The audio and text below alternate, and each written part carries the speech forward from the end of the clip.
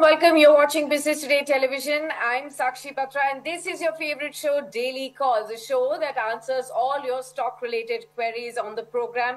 Top market experts guide you through your stock questions. Now, in case you're here for the first time, well, you can send me all the questions that you have regarding the stocks in your portfolio or onto your watch list on this WhatsApp number. Don't forget to mention your own name, location, and your contact details when you send me your questions here.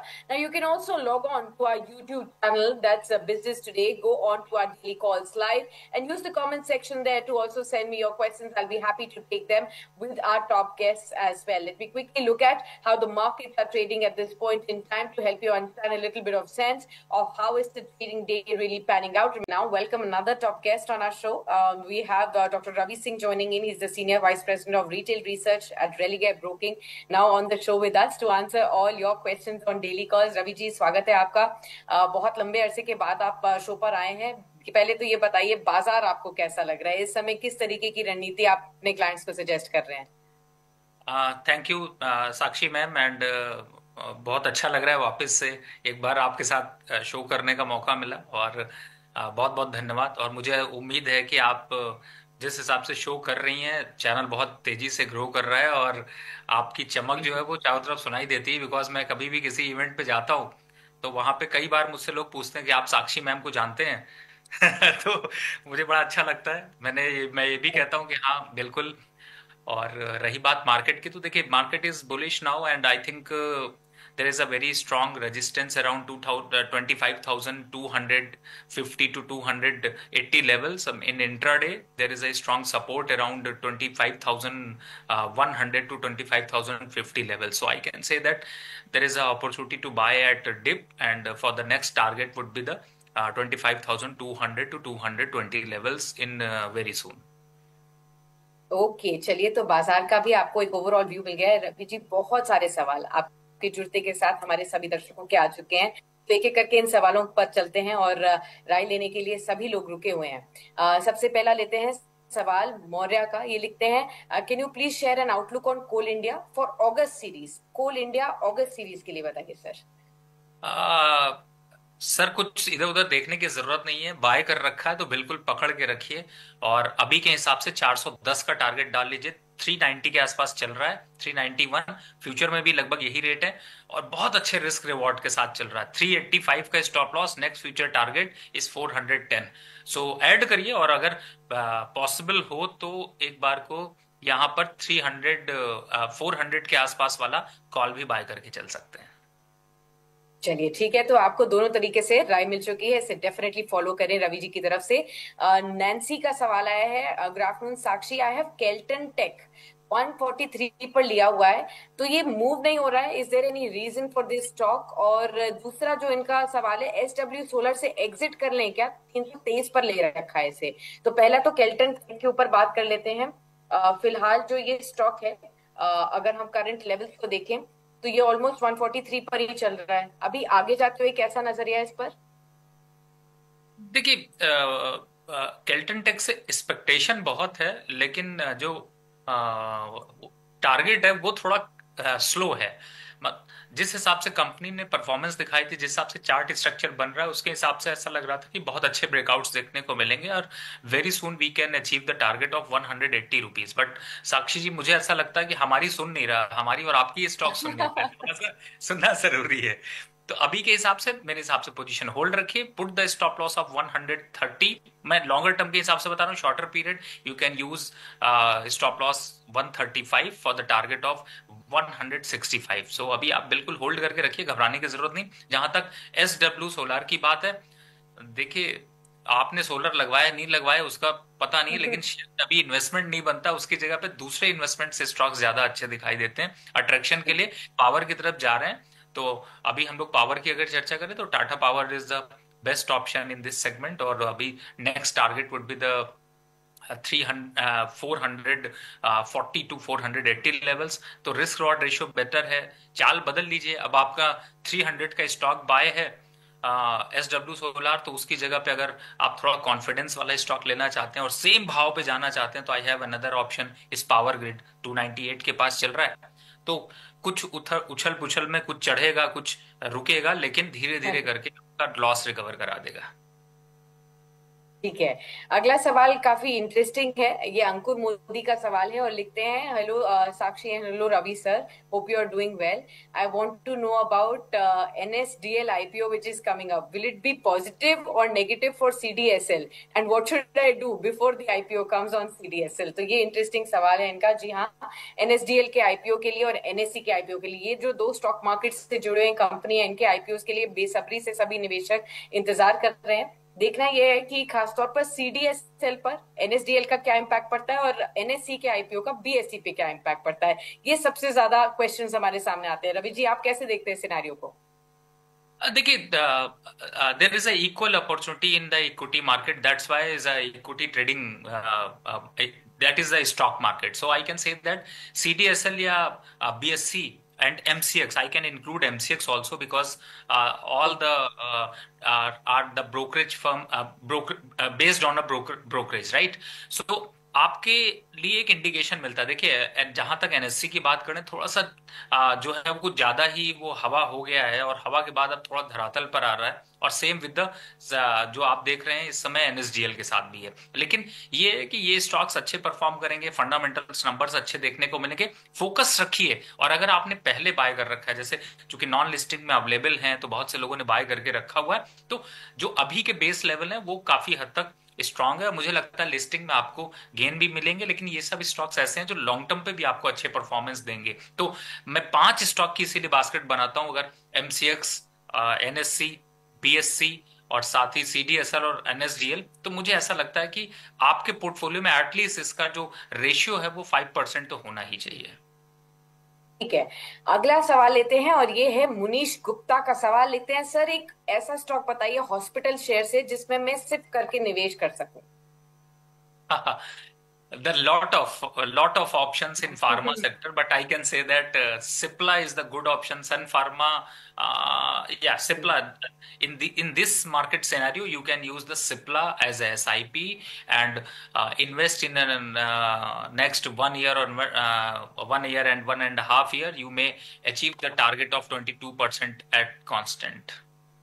Okay, Hari Krishna लिखते हैं, I am from Hyderabad, I want to know about Motherson Sumi, can I add more for long term? So Samvardhana Motherson के ऊपर इनका सवाल है।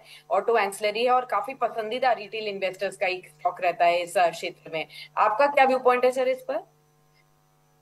See, at current scenario, Samvardhana is consolidating at 98 rupees, and there is a dip. Last we have seen dip at around 70 rupees, but now again is 98 rupees. So I can say that if you want to add, then just wait for some time and put the buying level around 85 to 88 levels. That is the good level, and risk reward ratio is better that point of time. So you can buy at add at 85 to 88 levels for the target of 125. So keep eye on your target and buying level. Okay, Kamlesh Narkhede लिखते हैं, हाय साक्षी, पैराडीन phosphates का अगर long term view suggest कर पाए तो 3 साल तक के लिए बाय करना है, तो क्या बाइंग लेवल होना चाहिए पैराडीन फॉस्फेट्स में?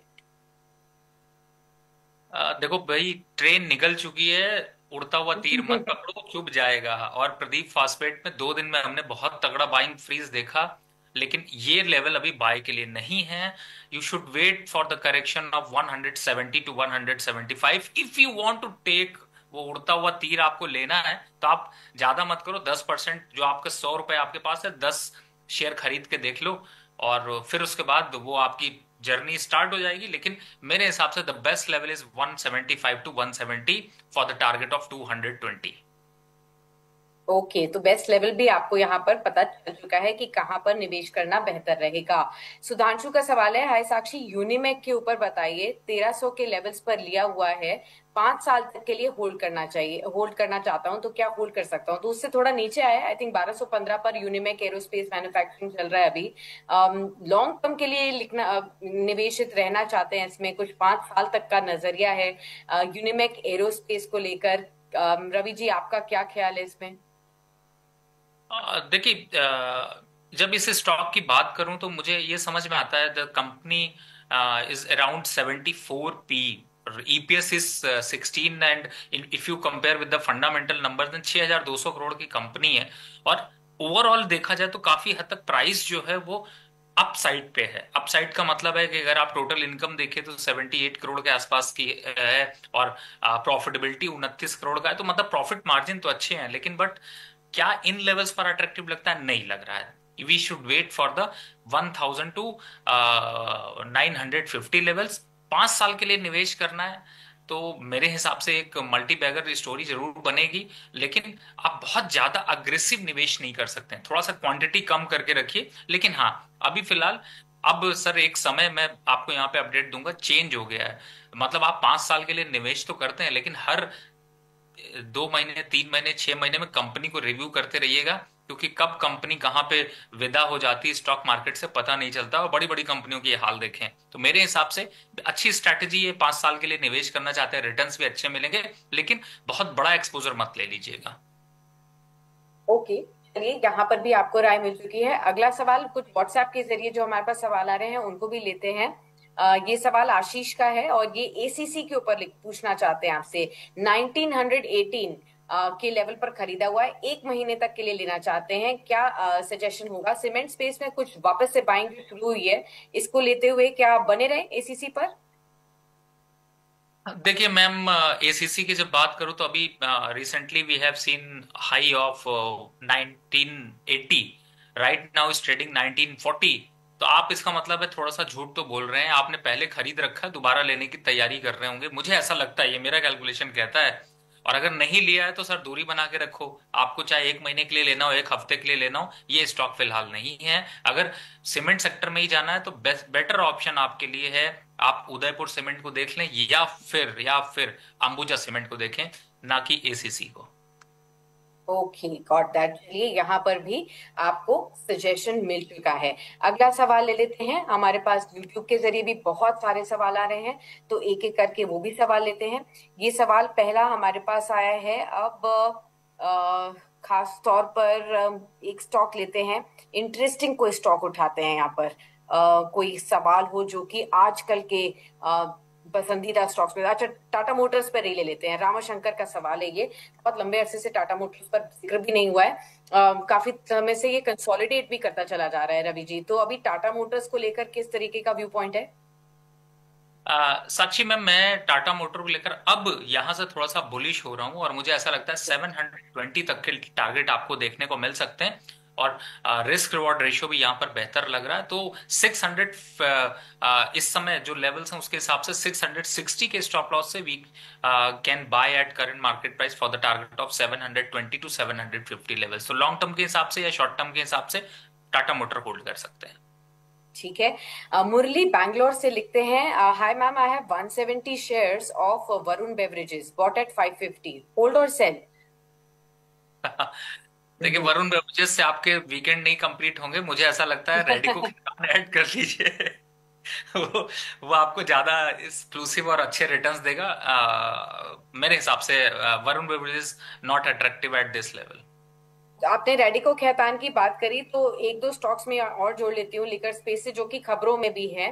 पहला तो यूनाइटेड ब्रूरीज, नतीजे आए इसके, आज ये फोकस में है। दूसरा तिलक नगर इंडस्ट्रीज, बस इस तरीके का है। इंपीरियल ब्लू विस्की जो है वो शायद अक्वायर कर सकती है तिलक नगर इंडस्ट्रीज, अभी तक कोई पुष्टि खबर आई नहीं है। लिकर स्पेस में रेडिको के खैतान के अलावा भी कोई स्टॉक पसंद आ रहा है सर? जी बिल्कुल, तिलक नगर, बिल्कुल जो आपने बताया उसको देखें तो काफी हद तक वो कश्मकश चल रही है। और मुझे ऐसा लगता है कि 450 टू 445 लेवल्स अगर आते हैं तो वहां पर इंडिकेट हो जाएगा, अट्रैक्शन वापस आ जाएगा। तो नजर रखिए और छोड़िए नहीं। बिल्कुल, मैम ने हिट किया है तो फिर तैयारी भी करिए कि उसको हिट करा के आप प्रॉफिट भी कमाइए। चलिए ठीक है। अगला सवाल लेते हैं। यहाँ सत्यन का सवाल आया है, can you please tell me about Hindustan Zinc? I have been holding this stock without any profits, should I switch my money over the next 3 to 6 months? Will any other stock give me a good momentum? Well, Hindustan Zinc usually, Ravi ji, is seen as a proxy play to even silver. Now silver prices are continuously soaring at record high levels, but how are you looking at a player like Hindustan Zinc? See, if you talk about a chart, then yes, it is in a weak zone, and we can see the level of 380 to 350 levels. But still, at this situation, there is a some pullback. You may see 500 levels. But your question is that there is another option. So I can say that Hind Copper is the best option at current market price. Okay. Right now is trading is very comfortable zone. We can see the level of around 350 to 380 levels in next couple of months. So I can say that just switch your position, buy minimum price and sell at higher. Okay, got that. I hope this has also answered your question. We'll be able to take one last question and then we have to shift our focus to the primary market viewers. So we'll take just one last question coming in. This is from Jatin. He says, good afternoon, Sakshi. Thanks for running daily call segment. This really helps all of us viewers. Thanks a lot, Jatin, for your appreciation. We will continue to strive to get such fantastic guests on our show so that they can continue to guide you better on your stock portfolio. The question is on Piramal Enterprises. He has bought this stock at 13.26. What should he do? Piramal Enterprises at current market price is looking attractive, and you may see in a longer term and shorter period also is a very bullish zone. So I can say that the target would be the 1450 to 1600 level in next 1 year. So this is the correct level where you enter. So put the stop loss of 1100 in a longer period stop loss, or 1150. For the longer period, target is 1600 in next 1 year. If you talk about our next 3 to 4 months, then you may see 1450 to 1400 levels very soon. Okay, I hope this has also helped you out in identifying the right strategy and keeping the targets in place as well. Ravi ji, stay with us. I'm now going to be welcoming my own colleague Pawan Nahar on the program. He has the details of all the new IPOs that keep hitting the street. Today also we have 2 new IPOs that have come in for our viewers to really choose from, to select from. One is from the office space solutions as well, and one is from the electronic space. Am I right, Pawan? What exactly are you looking at there? So Sakshi, 2 new IPOs, GNG Electronics and IndiCube Spaces have kicked off today. Interestingly, both the IPOs have same price band of 225 to 237 rupees with a lot size of 63 equity shares. And however, issue size is different, and the quota for retail investors is also different. So IndiCube has a retail portion of 10% for a issue size of 700 crore rupees. And GNG Electronics, it has an issue size of 460 odd crores with a retail portion of 35%. Okay, got that. What are the brokerage houses saying here, Pawan? If you could highlight for us which one of these two is being preferred more by the brokerage houses? So Sakshi, clear-cut winner, we cannot conclude a clear-cut winner in this case, but GNG Electronics, it has got a subscribe rating from Anand Rathi, Smiths, Arihant Capital, Canara Bank, Ventura Securities, SBI Securities. All of them have suggested to subscribe this issue. However, when it comes to IndiCube, analysts are a bit cautious on the loss-making nature and the margins, margin side of this business. And this issue has got a subscribe rating from Anand Rathi, Arihant Capital, Smiths and Marwari Finance. But SBI Securities has clearly suggested to avoid this issue, while KR Choksi is neutral on this IPO. All right, Pawan. Well, thanks a lot for all these details. We'll continue to watch out for how these IPOs perform over the next 3 days on the D Street as well. What is the kind of subscription that we get to see and the demand for the same? But let's toss the question to Ravi ji now. Ravi ji, ये जो new slots of IPOs आ रहे हैं, इनमें से आपकी नजर में कोई ऐसा IPO जहां पर आप clients को buy करने की सलाह दे रहे हैं? और अभी भी कंफ्यूजन बना हुआ है. अब देखिए ऑलमोस्ट प्राइस बैंड सेम ही है दोनों का, तो आज कौन से आईपीओ में पैसा लगाया जाए, ये इन्वेस्टर्स के लिए दुविधा होगी. नहीं, मेरे हिसाब से आपके कलीग ने बहुत अच्छे से बोला. क्लियर विनर बोला है, वो विनर ही है. जो लूजर है उसको लूजर आप एक्सेप्ट कर लीजिए. There is no thought about second thought about, right. So first सबसे पहले बात कर लेते हैं स्पेसेस, इंडिको स्पेस. ओ इतना टंग ट्विस्टर है कि इंडिक्यूब जी जी जी, आप गुड, आप बहुत अच्छा बोल ले रही हैं। मुझे लगता है वो ज्यादा अच्छा है। मैं सिंपल कहने की कोशिश ये कर रहा हूँ कि देखिए, जितना बोलने में मुश्किल हो रहा है उतना ही प्रॉफिटेबिलिटी की टेबल में भी मुश्किल है। क्यों ऐसा कह रहा हूँ? पहली बात है, देखिए बोरोइंग 623 करोड़ थी, वो थोड़ी सी घटी है, 343 करोड़ की अभी भी बोरोइंग है। प्रॉफिट तो कंपनी ने कभी क्वार्टर ऑन क्वार्टर कुछ दिखाया नहीं है। और जो ये स्पेस है ना, वो बहुत टफ स्पेस है। टफ स्पेस का मतलब कंपटीशन बहुत है, बैंगलोर बेस्ड कंपनी है, और मैं उनके मैनेजमेंट को भी मैंने काफी डिटेल सुना। कॉन्फिडेंट जरूर है, लेकिन इतना कॉन्फिडेंस मुझे नहीं समझ आ रहा है कि जो 220 का प्राइस है वो क्या अट्रैक्ट करेगा। हो सकता है यहाँ पर आपको थोड़ा सा बुलिशनेस मिले, गैप ओपनिंग मिल जाए, क्योंकि जब लीड मैनेजर्स ऐसा आईपीओ लेकर आते हैं तो थोड़ा कोशिश करते हैं ऊपर लिस्ट कराने की। बट आपको इतना रिस्क लेने की जरूरत नहीं है। अगर अवॉइड कर सकते हैं तो बेटर ऑप्शन है, और आपके पास बहुत से और ऑप्शंस दिखाई दे रहे हैं। बात करते हैं दूसरे को, जो थोड़ा सिंपल है, जीएनसी इलेक्ट्रॉनिक, बोलने में भी आसान है। और इनकी भी अगर आप बोरोइंग देखें तो बढ़ी है, लेकिन बोरोइंग के साथ इन्होंने कोशिश ये करी कि इन्होंने अपने जो एसेट्स हैं उनको भी इंक्रीज किया है। 285 करोड़ के आसपास के एसेट थे, उसको बढ़ाकर 719 करोड़। रेवेन्यू की बात करें तो वो भी लगभग ट्रिपल हुआ है 2022 से अब तक, 23 से अब तक में। और प्रॉफिटेबिलिटी जो है वो 100-125 करोड़ के आस ओवरऑल देखें तो 70 करोड़ के आसपास बैठ रही है। मतलब नंबर्स अच्छे लग रहे हैं, कंपनी ठीक ठाक लग रही है, आपको लिस्टिंग गेन मिलने की प्रोबेबिलिटी ज्यादा है। तो फिर सोचना क्या है, थम्स अप करिए, लगाइए, लेकिन एक में ही लगाइए। दूसरे को अगर अवॉइड कर सकते हैं तो अच्छा है। ज्यादा पैसे हैं तो वो भी टेस्ट करके देखिए, लेकिन सजेशन नहीं है। Okay, all right, Ravi ji, thank you so much for being with us, and Pawan, thanks a lot for detailing all these IPO details for all our viewers as well. And with that, viewers, we'll wrap up this special edition on Daily Calls today. I hope you've got enough and more insights from the world of both the primary as well as secondary markets, and what are the opportunities existing, where can you actually make more money. Now, in case you still have a lot of questions like this, keep sending your queries to us. Tomorrow again, we'll be back with another edition of Daily Calls, 2 more experts guiding you on your stock portfolio. But stay tuned on Business Today Television. A lot more coming up for you. Of course, I'll be back for the closing edition at 3 p.m. Stay tuned.